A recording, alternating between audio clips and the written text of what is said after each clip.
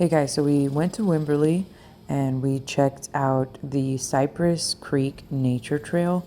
This nature trail is right in the middle of Wimberly, the downtown area.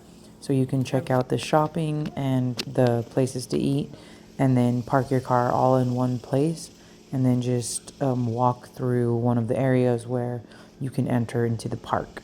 So we went, as soon as we got into the park, we went to the right and started hiking down towards the Blue Hole.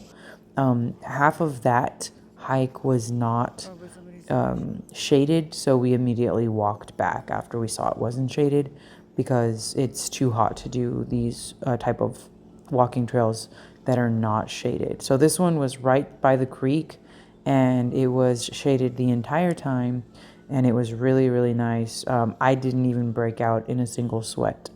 And you can see there was like red birds, and I saw several red birds there, cicada bugs, and turtles and fish. Um, yeah, so this was a really neat trail. We were the only ones on this trail, despite it being right behind some major shopping areas and restaurants. So I liked that you, yes, you were near, businesses, but in my opinion, you couldn't really tell because it was all, surrounded by cypress trees and the beautiful creek. And there were just gorgeous views all around of the creek. So right there was a little baby turtle. And we just kept walking on. Even though this trail was right alongside the creek, you could not access the creek or you couldn't go swimming from this trail. So there's one access point, and as you're walking on the trail, it gives you the address to the access point that allows you to actually swim in the trail. Because I believe there is an additional fee if you want to go swimming. But this particular trail, if you want to just do the hike, is free. Or if you just want to walk around, is free. I brought my umbrella to provide extra shade in case there wasn't enough shade. Like this part was not shaded, so it was good that I brought it so that we can stay under the shade. And then we just looped back to go to the other end of the trail, and we saw this beautiful part with the trees and a small playscape for the children. And then a little bit further off, there was the access point where you can go swimming and have picnics. So, like I said, it's really close to downtown. When you're done, you can always check out some of the shops and restaurants.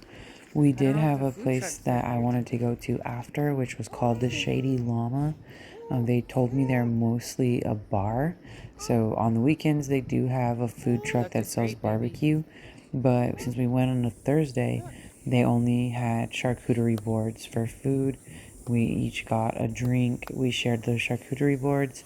And then we kind of walked around and explored the little play areas for the children.